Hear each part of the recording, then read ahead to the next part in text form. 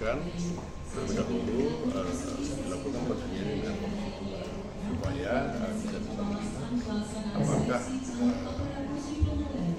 kesepakatan yang dibuat dalam keputusan di Komisi 2 itu menjadi salah satu pemandu di dalam PP tersebut. Yang kita tidak mau juga antara undang-undang yang dibuat itu tidak sesuai dengan apa yang kita putuskan dan sepakati di Komisi 2. Itu kita menunggu kondisinya, Ring. Terakhir ya. Target ditetapkan kan 30 April, Pak. Berarti sekarang belum itu apa kendalanya, Pak? Loh, kita nggak tahu, ya tanya pemerintah. Apa kendalanya? Saya kira PP itu nggak ada kendala kalau memang mau ya melakukan secara konsisten apa yang sudah kita sepakati, kita putuskan di Komisi 2 itu saja. Tapi kesimpulan terakhir itu menyebutkan bahwa penerbitan PP itu harus terlebih dahulu dikonsultasikan dengan dalam bentuk masing-masing dengan Komisi 2. Kalau yang diusulkan dari Komisi 2 apa aja Pak poin-poin yang diusulkan untuk insentivasi di 3T Pak? Ya kita melihat apa isi PP itu harus sesuai dengan undang-undang. Kan begitu, tidak boleh melenceng dari undang-undang yang ada. Ya harus senapas itu, kan harus senapas. Ya, jadi yang undang-undang mengatakan begini pasal sekian, tapi di PP-nya itu ada bias, kan begitu. Yang kedua tentu kita sangat konsen ya untuk lebih detail.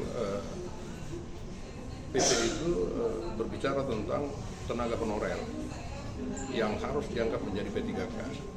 Itu paling pokok karena itu menjadi bukan isu lagi, itu menjadi beban kami di DPR dan menjadi beban anak bangsa ini ya, yang jutaan masih terkendala ya status mereka itu kan hak keadilan untuk mendapat status juga ya, minimal menjadi P3K paruh waktu kah atau penuh waktu.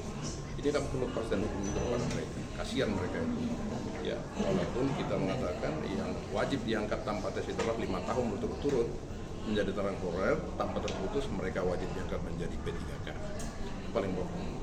Dan kita sampaikan supaya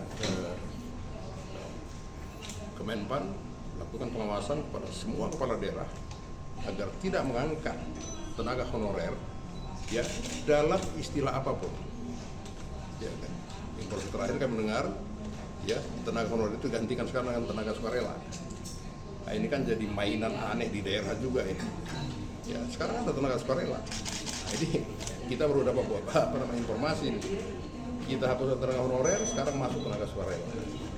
Ya kan dengan modus yang sama dalam tanda kutip. Saya kira itu ya. Pak, tadi kan di dalam juga disebutkan kalau saran untuk CASN tahun ini seharusnya ditunda gitu Pak, karena berkaitan dengan debat. Iya, boleh-boleh saja, tapi kan harus ada alasan yang sangat kuat untuk itu. Ya saya kira cukup baik ya supaya pemerintah juga menyikapi itu ya, dan Kemenpan juga bisa melakukan koordinasi dengan Ombudsman ya, supaya pemerintah dan Kemenpan juga bisa meminta pokok-pokok pikiran dasar dari Ombudsman mengatakan begitu. Ini kan Ombudsman juga bicara itu kan berdasarkan dengan pengalaman ya di lapangan itu bagaimana ya kan, tanpa mengecilkan arti tentang permainan politik. Nah, tugas Ombudsman itu telah membuat bagaimana supaya clear and clean segala permasalahan di pemerintahan ini, khususnya untuk kalau saya mengatakan Ombudsman itu bisa juga membentuk karakter para PNS, para kepala daerah. Ini menjadi tugas Ombudsman. Kan tadi saya bilang Ombudsman itu bukan hanya dalam fungsi untuk melakukan koreksi, tetapi cobalah melakukan edukasi juga.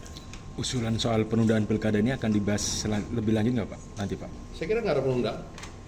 Tadi yang diusulkan bosnya Pak untuk CASN bukan pilkada sampai pilkada selesai Pak. Ini dibahas sidang nanti nggak Pak? Iya, kita setuju saja, kita sepakat itu. Tapi kan Ombudsman mesti memberikan apa dasarnya.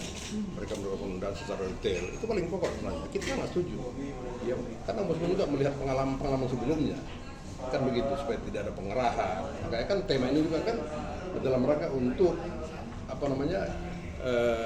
independensi, netralitas dari para ASN untuk tidak untuk mendukung pilkada tapi tidak bermain di dalam pilkada tersebut. Saya kira itu intinya. Ya. Oke ya. Pak, terima kasih Pak.